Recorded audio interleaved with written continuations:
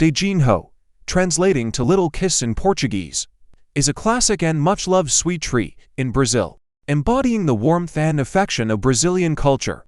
Made with a simple combination of condensed milk, butter, and shredded coconut, beijinhos are a staple at celebrations, especially children's birthday parties, where their sweet, creamy texture and coconut flavor make them a favorite among guests of all ages.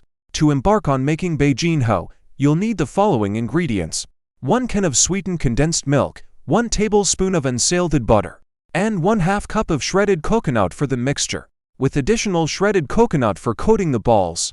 Some people also like to add a touch of vanilla extract or a pinch of salt to enhance the flavors. Begin by combining the sweetened condensed milk, butter, and the 1/2 cup of shredded coconut in a medium saucepan. Cook this mixture over medium heat, stirring constantly to prevent it from sticking or burning. The key to perfect beijinho is patience.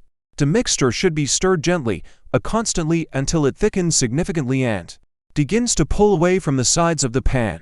This process usually takes about 10 to 15 minutes, but the exact time can vary, so keep a close eye on the texture. Once the mixture has reached the desired consistency, transfer it to a greased plate or bowl and let it cool to room temperature. Cooling is crucial as it not only makes the mixture easier to handle, but also improves the texture of the final sweets. After the mixture has cooled, prepare a small bowl of butter for greasing your hands and another bowl with shredded coconut for coating the beijinhos. Grease your hands lightly with butter to prevent sticking. Then scoop a small amount of the mixture and roll it between your palms to form a smooth ball.